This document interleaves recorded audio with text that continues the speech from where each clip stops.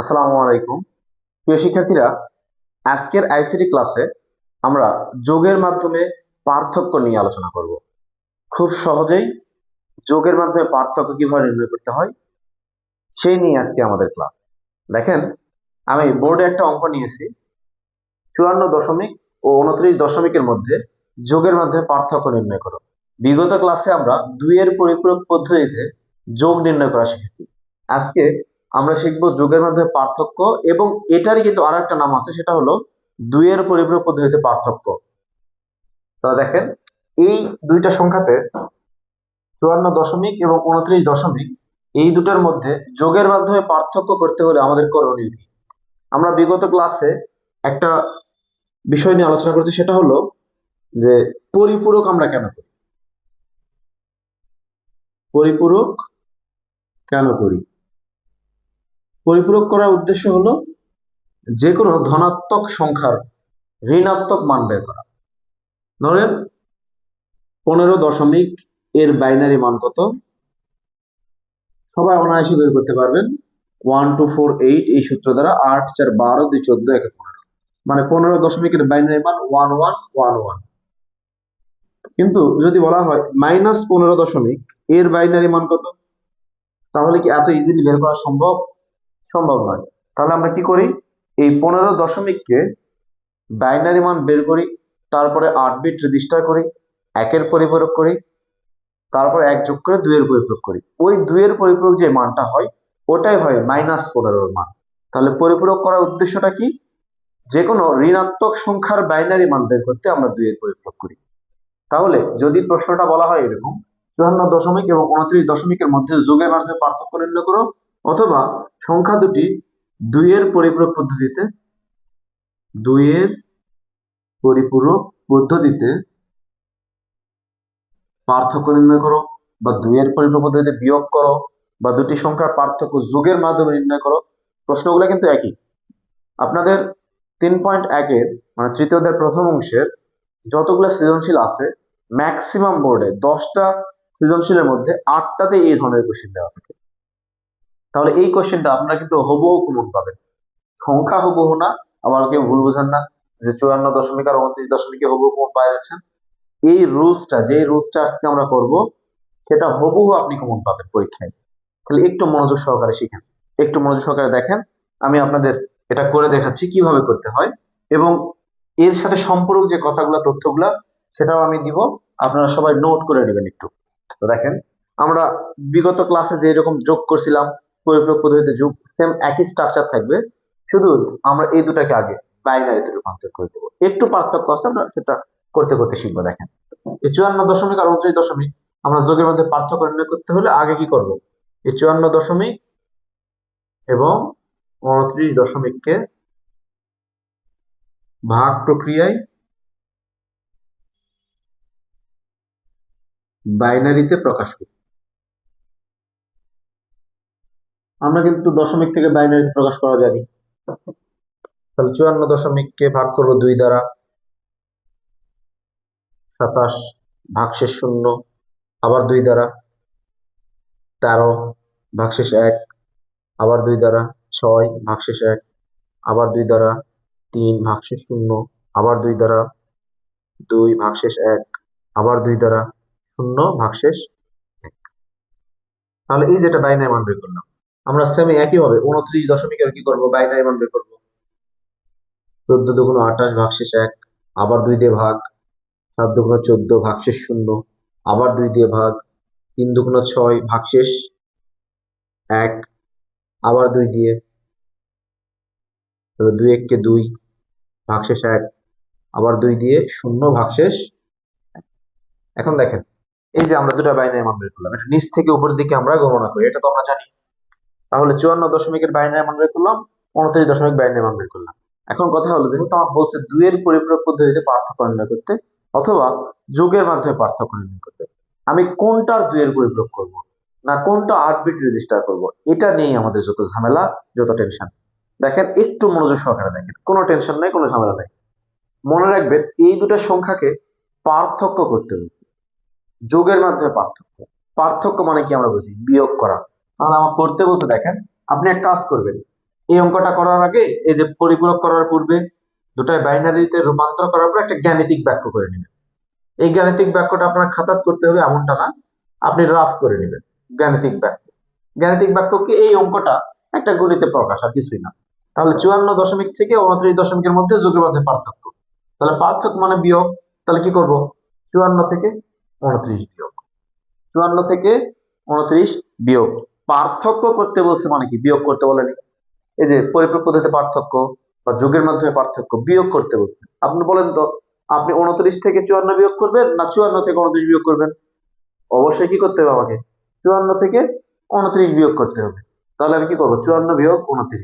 তাহলে এখন দেখেন, এখানে 54 সামনে কিন্তু প্লাস আছে, 54 ধনাত্মক সংখ্যা। তাহলে ধনাত্মক সংখ্যার কিন্তু পরিপূরক করতে হয় না, পরিপূরক করতে হয় ঋণাত্মক সংখ্যা। কারণ ঋণাত্মক, এই যে -29 বাইনারি মান আমরা জানি না। তাহলে -29 বাইনারি মান নির্ণয় করার জন্য আমাকে কি করতে হবে, এটাকে 2 এর পরিপূরক করতে হবে। কিন্তু 54 মান তো আমরা জানি, 54 মান তো বের করে ফেলছি আমরা। তাহলে -29 মান কিভাবে বের করবো, এই যে +29 মান বের করছি, এটাকে 2 এর পরিপূরক করলে -29 বের হয়ে যাবে। তো দেখেন কি করবো, এই 54 দশমিক আপনারা নিচে লিখবেন, কোনো সমস্যা নাই, আমার জায়গা সীমিত তাই আমি পাশে লিখতেছি। তাহলে 54 দশমিকের বাইনারি মান কত, 110110 110 110। অর্থাৎ 13 26 থেকে 1 12 1 6 0 1 2 1। তাহলে এটা কি, বাইনারি মান। এই বাইনারি মানকে আমরা কি করব, 8 বিট রেজিস্টারকৃত 8 বিট রেজিস্টারকৃত 011011 কয়টা আছে দেখেন তো, 3 3 6টা আছে, 2 0 দিয়ে 8 বিট করব। আবার দেখেন তো এখানে কি 54 আগে মাইনাস আছে, 54 তো পজিটিভ সংখ্যা, প্লাস সংখ্যা। তাহলে এটাকে আমার কোনোভাবে আর কোনো পরিপূরক করার দরকার নাই, 1 এর পরিপূরকেরও দরকার নাই, 2 এর পরিপূরকেরও দরকার নাই। এখন দেখেন এই 29 দশমিক দেখেন, তাহলে 29 দশমিককে এই যে বাইনারিতে আমরা রূপান্তর করছি 11101, এটা কি মান, বাইনারি মান। এই বাইনারি মানকে কি করব আমরা, 8 বিট রেজিস্টারকৃত মান 10111 কয়টা আছে, 5টা আছে। তাহলে 3টা শূন্য দিয়ে 8 বিট করে নেব। এই 8 বিট করার পরে এটাকে কিন্তু আমার 2 এর পরিপূরক করতে হবে। তাহলে 2 এর পরিপূরক করতে হলে আমাকে অবশ্যই কি করতে হবে, 1 এর পরিপূরক করতে হবে। তাহলে দেখেন 1 এর পরিপূরক করবো কিভাবে, আমরা জানি বাইনারি সংখ্যা 0 এর পরিবর্তে 1 এবং 1 এর পরিবর্তে 0 বসিয়ে যে মান গঠন করা হয় তাকে 1 এর পরিপূরক বলে। তাহলে 1 আছে 0 দিব, 0 আছে 1, 1 আছে 0 0 0 3 0 আছে 3টা 1 দিয়ে। এই 1 এর পরিপূরক মানের সাথে যদি আমরা 1 যোগ করি তাহলে পাওয়া যায় 2 এর পরিপূরক, 2 এর পরিপূরক। তাহলে 0 আর 1 যোগ করলে কত হবে, 1। হাতে কিছু থাকে, থাকে না, এই 1 বসান, 0 1 0 0 1 1 1। এই যে দেখেন, যে কোনো ধনাত্মক সংখ্যাকে 2 এর পরিপূরক করলে কি হয়, ঋণাত্মক হয়। তাহলে এটা হবে -29। তাহলে দেখেন আমি +54 8 বিট করে নিলাম, আর 29 থেকে -29 মান বের করে নিলাম। এখন এই দুটা মানকে যদি আমরা যোগ করে দিই তাহলে আমাদের যোগের মধ্যে পার্থক্য হয়ে যাবে। তাহলে লিখবো কি আমরা, যোগ। যেহেতু করতে বলছে যোগের মধ্যে পার্থক্য, আপনারা লিখবেন যোগ, অথবা যোগের মাধ্যমে পার্থক্য লিখতে পারেন। কি লিখবেন, 54 দশমিক সমান 0 0 1 1 0 1 1 0। তারপরে দেখেন এই -29 মানটা এখানে লিখবো আমরা, -29 দশমিক সমান 1 1 1 0 0 0 1 1। এখন এই দুইটা মান যোগ করে দিলেই আমাদের যোগের মাধ্যমে পার্থক্য হয়ে গেল। তাহলে দেখেন 0 আর 1 যোগ করলে 1, হাতে কিন্তু কিছু থাকে না। 1 আর 1 যোগ করে 10-এর 0, হাতে থাকে 1। 1 আর 1 যোগ করে 10-এর 0, হাতে থাকে 1। 0 0 আর 1 যোগ করলে 1 হয়, হাতে কিছু থাকে না। 0 1 যোগ করলে 1, 1 আর 1 যোগ করে 10-এর 0, হাতে থাকে 1। 1 আর 1 যোগ করে 10-এর 0, হাতে থাকে 1। 1 আর 1 যোগ করে 10-এর 0, হাতে থাকে 1, হাতের একটাই পাশে বসায়। দেখেন এটা যোগ করেন, তাহলে ক্যালকুলেটরে করেন আর হাতেই করেন। 54 সাথে -29 যোগ করলে কত হবে, যে মাইনাস আছে, প্লাস মাইনাসে মাইনাস হয়ে যাবে, মানে বিয়োগ হয়ে যাবে। 9 আছে কত হলো, 14, 5 হাতে থাকে 1 25। তাহলে এটা কি +25 হবে না? আপনারা করে দেখেন ক্যালকুলেটরে। 54 যোগ -29, তাহলে হবে 25। তাহলে এই যে 25 দশমিক, এই মানটা কিন্তু আমরা বের করলাম। এটার বাইনারি মান কত বের হলো দেখেন, 10011। এখন কথা হলো, এই যে 1 2 3 4 5 6 7 8, এই অষ্টম বিট কি বিট বলা হয়? চিহ্ন বিট। এই চিহ্ন বিট দ্বারা সংখ্যাটিকে ধনাত্মক বা ঋণাত্মক নির্দেশ করানো হয়। চিহ্ন বিট যদি 0 হয় সংখ্যাটি ধনাত্মক হয়, আর চিহ্ন বিট 1 হলে সংখ্যাটি ঋণাত্মক হয়। এখানে 25 সংখ্যাটি কি পজিটিভ বা ধনাত্মক, তাহলে অবশ্যই চিহ্ন বিট কি আসছে? 0 আসছে। 0 আসলে কি হবে? সংখ্যাটি ধনাত্মক হবে। তাহলে চিহ্ন বিট যা সংখ্যাটিকে ধনাত্মক নির্দেশ করে। আর এই যে নবম বিট যেটা আছে, এই নবম বিটকে বলা হয় ক্যারি বিট। নবম বিট কি বলা হয়? ক্যারি বিট, যা গ্রহণযোগ্য নয়। তাহলে আমরা ক্যারি বিট কখনো গ্রহণ করি না, ক্যারি বিট কখনো গ্রহণযোগ্য হয় না। এই যে পরিপ্রেক্ষিত মানে যেখানে আমরা করলাম দেখেন 1 2 3 4 5 6 7 8, এই অষ্টম বিট কিন্তু 1 ছিল, কারণ মানটা কি ছিল? নেগেটিভ ছিল। তাহলে চিহ্ন বিট যদি 0 হয় সংখ্যাটি ধনাত্মক হয়, আর চিহ্ন বিট যদি 1 হয় তাহলে সংখ্যাটি ঋণাত্মক হয়। এখানে চিহ্ন বিট যেহেতু 1 আছে তাহলে সংখ্যাটি কি? ঋণাত্মক। এখানে দেখেন চিহ্ন বিট 0 আছে, সংখ্যাটি কি? ধনাত্মক। তাহলে চিহ্ন বিট যা সংখ্যাটিকে ঋণাত্মক নির্দেশ করে, আপনারা লিখে দিতে পারেন দেওয়াটা উত্তর। তাহলে দেখেন একটা ঘ নাম্বার প্রশ্ন আপনি লিখবেন। অনেকে মনে করতে পারেন যে স্যার এই পাশের বাংলা লেখাগুলো কি আমাকে লিখতে হবে? স্যার এই ক্যালকুলেশনটা কি আমি ক্যালকুলেটরে করে নিতে পারি না? দেখেন আপনাদের কিন্তু ক্যালকুলেটর হ্যাকস আছে। এই যে বাইনারি থেকে দশমিক, দশমিক থেকে বাইনারি, অক্টাল থেকে দশমিক, এগুলো আমরা ক্যালকুলেটরের মাধ্যমে করতে পারি, যেটা এমসিকিউ এর জন্য গুরুত্বপূর্ণ। আমি ক্যালকুলেটর হ্যাকস নিয়ে একদিন আপনাদের সবকিছু বুঝাই দিব, একটা আলাদা ক্লাস দিব ক্যালকুলেটর হ্যাকস, বাইনারি, দশমিক, অক্টাল, হেক্সাডেসিমাল নিয়ে। তো দেখেন অনেকে মনে করবেন স্যার আমরা কি এটাকে সরাসরি ক্যালকুলেটরে রূপান্তর করতে পারি না? পারবেন, করতে পারবেন, কিন্তু এটা করার সৃজনশীলের ক্ষেত্রে উচিত হবে না। কারণ একটা ঘ নাম্বার প্রশ্ন, আপনি 4 মার্কের একটা প্রশ্ন লিখবেন, যদি এইটুকু না লিখেন তাহলে কিভাবে আপনি 4 মার্ক আশা করেন? তাহলে এই যে বাংলা লেখাগুলো যদি কেউ না লিখে হবে, কিন্তু লেখাটা সবচাইতে উত্তম। এই বাংলা লেখাগুলো আপনার সৃজনশীলের সৌন্দর্য বর্ধিত করবে, আপনার সৃজনশীলটাকে মার্জিত করবে। তো দেখেন এই দুটা সংখ্যাকে যখন আমরা যোগের মধ্যে পার্থক্য নির্ণয় করবো, তাহলে কি করব? দুটাকেই বাইনারিতে রূপান্তর করব। তারপর এদের মধ্যে একটা গাণিতিক বাক্য নির্ণয় করব। গাণিতিক বাক্যে দেখব যেই সংখ্যাটার সামনে মাইনাস থাকবে সেটাকে 2 এর পরিপ্রেক্ষিতে করবো, একদম ক্লিয়ার কথা। যেই সংখ্যার সামনে কি থাকবে? মাইনাস থাকবে, সেটাকে আমরা 2 এর পরিপ্রেক্ষিতে করব। আর যেটার সামনে প্লাস থাকবে সেটাকে আমরা 8 বিট রেজিস্টার করে রেখে দিব। এখন কথা হলো স্যার এখানে প্লাস কোথায়? ভাই সামনে কিছু না থাকলে প্লাস হয়, এটা আপনারা জানেন আমি আশা করি। তাহলে দেখেন এটা পজিটিভ সংখ্যা, আমি কি করলাম? 8 বিট করে রেখে দিলাম। এটা নেগেটিভ সংখ্যা, আমি 2 এর উপর প্রয়োগ করলে নেগেটিভ মান বা ঋণাত্মক মান বের করে দিলাম। এখন এই দুটো যোগ করে দিলে আমার যোগের মধ্যে পার্থক্য হয়ে গেল। এখন প্রশ্ন হলো যে এটা আর কি কি ভাবে পরীক্ষায় থাকতে পারে? আরেকটা জিনিস লক্ষ্য করেন, এখানে যদি একটা অক্টাল সংখ্যা দেওয়া থাকে, এখানে একটা হেক্সাডেসিমাল সংখ্যা দেওয়া থাকে এই সংখ্যাটায়, তাহলে আমরা কিভাবে করতে পারি? এটা করার দুইটা উপায় আছে। দেখেন আপনি চাইলে এই দুটাকে দশমিকে রূপান্তর করে নিতে পারবেন। দশমিকে যদি রূপান্তর করে নেন তাহলে দেখেন আবার A to Z কপি করলে হয়ে যাচ্ছে, একই স্ট্রাকচার, একই রুলস। মানে দুটাকে দশমিক করে নিলাম একই গুণ প্রক্রিয়ায়, তারপর সেই দশমিক থেকে বাইনারি করলেন, করে সেম একই স্ট্রাকচারে আপনারা ফলো করবেন, করে করতে পারবেন। এখন কথা হলো ধরেন এটা দশমিকে রূপান্তর করে আসলো 33, দশমিকে রূপান্তর করে আসলো 33, আর এটা ধরেন দশমিকে রূপান্তর করে আসলো 47। তা এখন আপনি, আপনাকে বলছে যোগের মধ্যে পার্থক্য নির্ণয় করতে, আপনি কি করবেন? 33 থেকে 47 বিয়োগ করবেন, না 47 থেকে 33 বিয়োগ করবেন? কমন সেন্স আছে একটা, যে বড় সংখ্যা থেকে ছোট সংখ্যা বিয়োগ করতে হয়। তাহলে 47 থেকে 33 আমরা কি করব? বিয়োগ করব। তাহলে 47 কে কি করব? 8 বিট রেজিস্টার করব, আর 33 কে 2 এর পরিপ্রেক্ষিতে করব। বুঝতে পারছেন কথা? গাণিতিক বাক্যটা কিরকম হবে? আমি এখানে 54 থেকে 29 বিয়োগ করছিলাম, 54 সামনে ছিল এই জন্য নয়, বড় থেকে ছোট বিয়োগ করছিলাম। কথাটা বোঝেন, বড় থেকে ছোট। তাহলে যদি একটা, এই 54টা যদি এই পাশে থাকতো, এই 54টা এই পাশে থাকতো, এই পাশে 29 থাকতো, তাহলে আমরা কি করতাম? এখানে দশমিক দেওয়া আছে, ধরেন এখানে দশমিক দেওয়া আছে, তাহলে কি আমরা 29 থেকে 54 বিয়োগ করতাম, নাকি 54 থেকে 29 বিয়োগ করতাম? একই কাজটাই কিন্তু করতাম। তো আমি সেটাই বোঝানোর চেষ্টা করছি আপনাদের।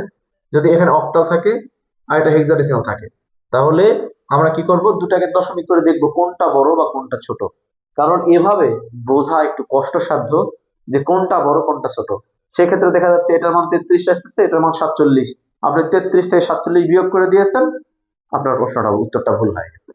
এই সমস্যাটা দেখা যেতে পারে। তাহলে এক্ষেত্রে দশমিক করে করাটা সবচাইতে উত্তম। তবে এই টাইপের কোশ্চেন যদি দেয়, তাহলে সেক্ষেত্রে গ নাম্বারে আপনার এই সংখ্যা দুটাকে দশমিকে রূপান্তর করতে বলে, এই ধরনের কোশ্চেন দিয়ে দেয়। ঘ নাম্বারে যোগের মধ্যে পার্থক্য করতে বলে, তখন আপনার গ নাম্বার লিখতে পারবেন গ হতে পাই এটার দশমিক মান এত, এটার দশমিক মান এত করে করতে পারবে, কোনো সমস্যা নেই। আবার দেখেন, যদি কেউ মনে করবেন যে আমি এই অক্টাল আর হেক্সাডেসিমাল আমি ক্যালকুলেটরে বুঝে নিব যে কোনটা বড় কোনটা ছোট, আপনি অনায়াসে বুঝতে পারছেন, তাহলে সেক্ষেত্রে করণীয় হলো আপনি দুটাকেই বাইনারিতে রূপান্তর করবেন। অক্টাল থেকে বিট প্রক্রিয়ায় বাইনারিতে করবেন, হেক্সাডেসিমাল থেকে বাইনারিতে করবেন। করার পরে এই সেম একই স্ট্রাকচার ফলো করবেন, কিন্তু এই পাশের অংশটা লিখতে পারবেন না, শুধু বাইনারি মান 8 বিট রেজিস্টার, এটা লেখার দরকার নাই। তারপর এটার ক্ষেত্রেও বাইনারি মান 8 বিট রেজিস্টার, একের পরিপূরক দুইয়ের পরিপূরক, এই অংশ লেখার দরকার নাই। এবং এখানে এসে এই অংশটুকু বাদ দিয়ে এই 8 বিট মান আর এই দুইয়ের পরিপূরক মান যোগ করে দিলেই হবে। তাহলে দেখেন, যদি আমি আলাদা আলাদা সংখ্যা পদ্ধতি রাখি অক্টাল এবং হেক্সাডেসিমাল, তাহলে কি অক্টাল আর হেক্সাডেসিমাল এখানে যোগ করতে পারবো? পারবো না। তাহলে কি করবো, শুধু এই অংশটা করবো, যদি অক্টাল বা হেক্সাডেসিমাল থেকেই করে থাকি। তবে দুটাকে দশমিক করে রূপান্তর করাটা সবচেয়ে বেশি ভালো। এখানে আরেকটা কথা, যদি এই মানগুলো আরো বেশি থাকে, ধরেন 229 আর 254 থাকলো, তাহলে সেক্ষেত্রে আমি কি করব, দুটাই দশমিক আছে ধরেন না, দুটাই দশমিকে, তো এই দুটো তো বড় মান, আমি রূপান্তর করে দেখবো। এখানে আমি বারবার 8 বিট বলতেছি, কিন্তু যদি এই দুটার বাইনারিতে রূপান্তর করে এই বাইনারি মানটা 7 বিটের বেশি হয়, তাহলে 16 বিট রেজিস্টার করতে হবে। 16 বিট রেজিস্টার করে এই কার্যক্রম করতে হবে। শুধু 8 বিটের জায়গায় 16 বিট করবো আমরা, 16 বিট রেজিস্টার করবো। আর পরেরটা কি করবো, 16 বিট রেজিস্টার, একের পরিপূরক দুইয়ের পরিপূরক। তখন 17তম বিট হবে চিহ্ন বিট আর 16তম বিট হবে ক্যারি বিট, সরি 16তম বিট হবে ক্যারি বিট এবং 17তম বিট হবে চিহ্ন বিট, সরি 16তম বিট হবে চিহ্ন বিট এবং 17তম বিট হবে ক্যারি বিট।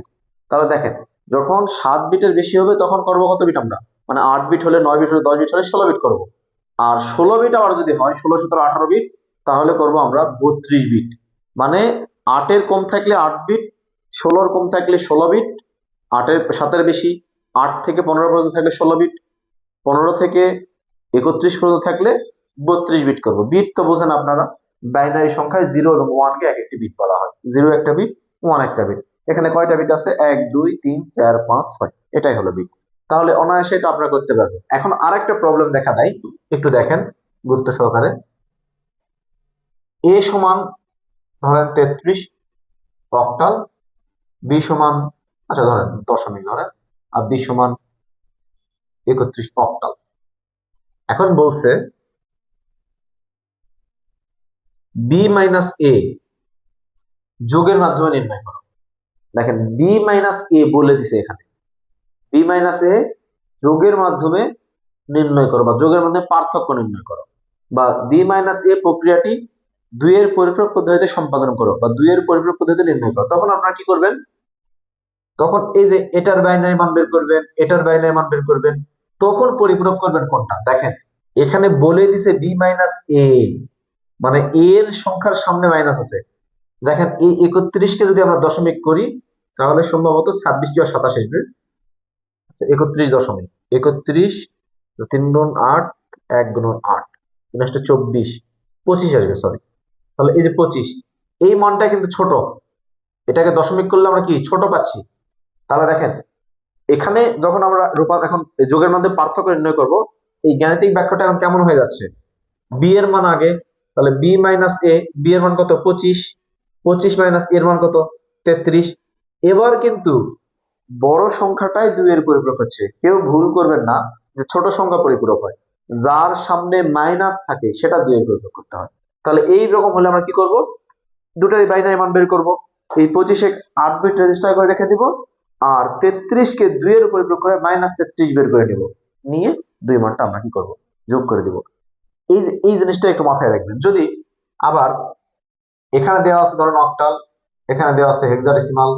এখন রূপান্তর করছে, এখানে করতে বলছে এ মাইনাস বি, এটা বড় হচ্ছে, এটা বড় হচ্ছে।